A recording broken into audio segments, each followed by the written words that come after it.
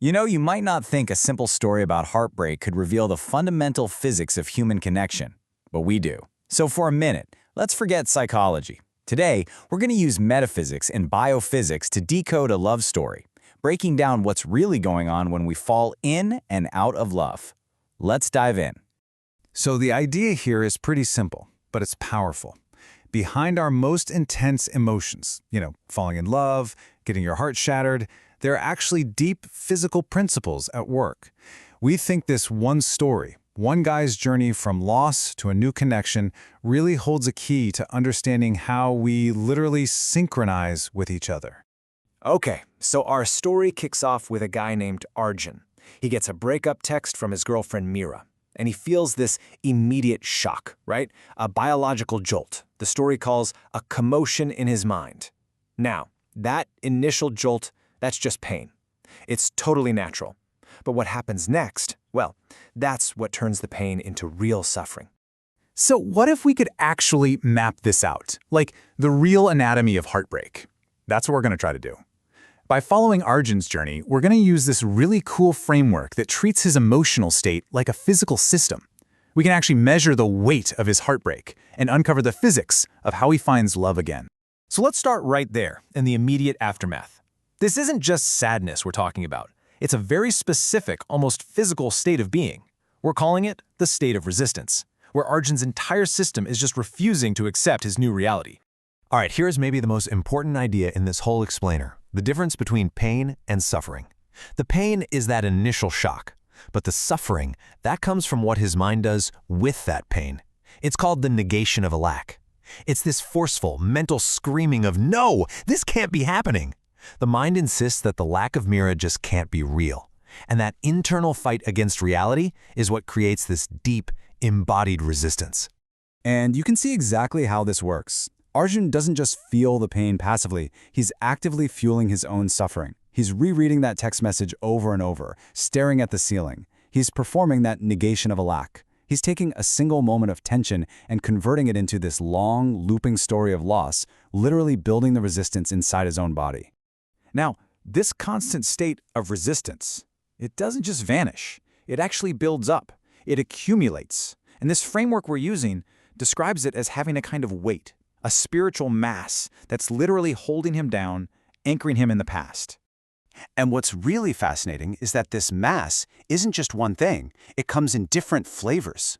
First, you've got moral mass. This comes from his feeling of powerlessness, the injustice of it all. Then there's temporal mass, which he gains by just obsessively replaying memories, chaining himself to yesterday. But the densest, heaviest form of all is egoic mass, his fixation on the idea of Mira, and specifically on one single detail, her smile. There's this great analogy to explain that egoic mass. Think of his mind as a child who has lost its favorite toy, the memory of Mira. The child is so obsessed, so fixated on that lost toy, that it completely ignores its mother, who's right there. And the mother in this analogy? That's pure awareness.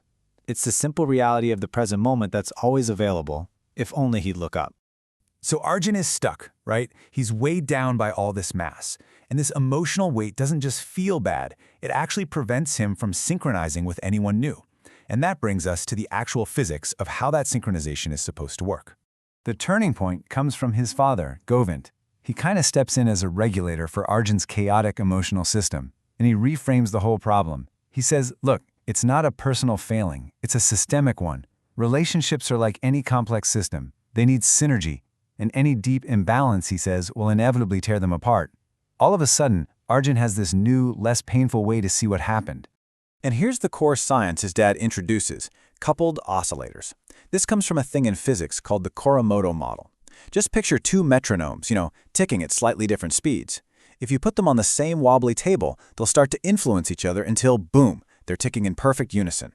Well, the model suggests people are just like that. We're rhythmic systems that can literally fall into sync with each other. So let's map Arjun and Mira's relationship onto that model. On the left, in the before times, you see their personal frequencies were aligned. Their coupling, the strength of their bond, was really strong. And the result? Synchronization. That synchronized state is love. But then look at the after column. When Mira moved, her own frequency changed. It diverged. And their coupling, their bond just wasn't strong enough to bridge that new gap. so the whole system collapsed. So when you really boil it all down, from a physics perspective, it's this simple. Love is a state of phase locking. That's it. It's when two independent people synchronize their internal rhythms and start to oscillate as one. And when that lock breaks, the connection just dissolves. Okay, so armed with this new, more objective way of seeing things, Arjun finally starts to heal. And this is what allows him to move from being part of a collapsed system to forming a totally new and much more coherent connection with someone named Preeti. So, instead of replaying the past in his head, Arjun starts actually engaging with the present. His lively conversations and debates with Preeti force him to be fully there, right in the moment. This is a huge shift. He's anchoring his awareness in the immediacy of his current experience, not in old memories.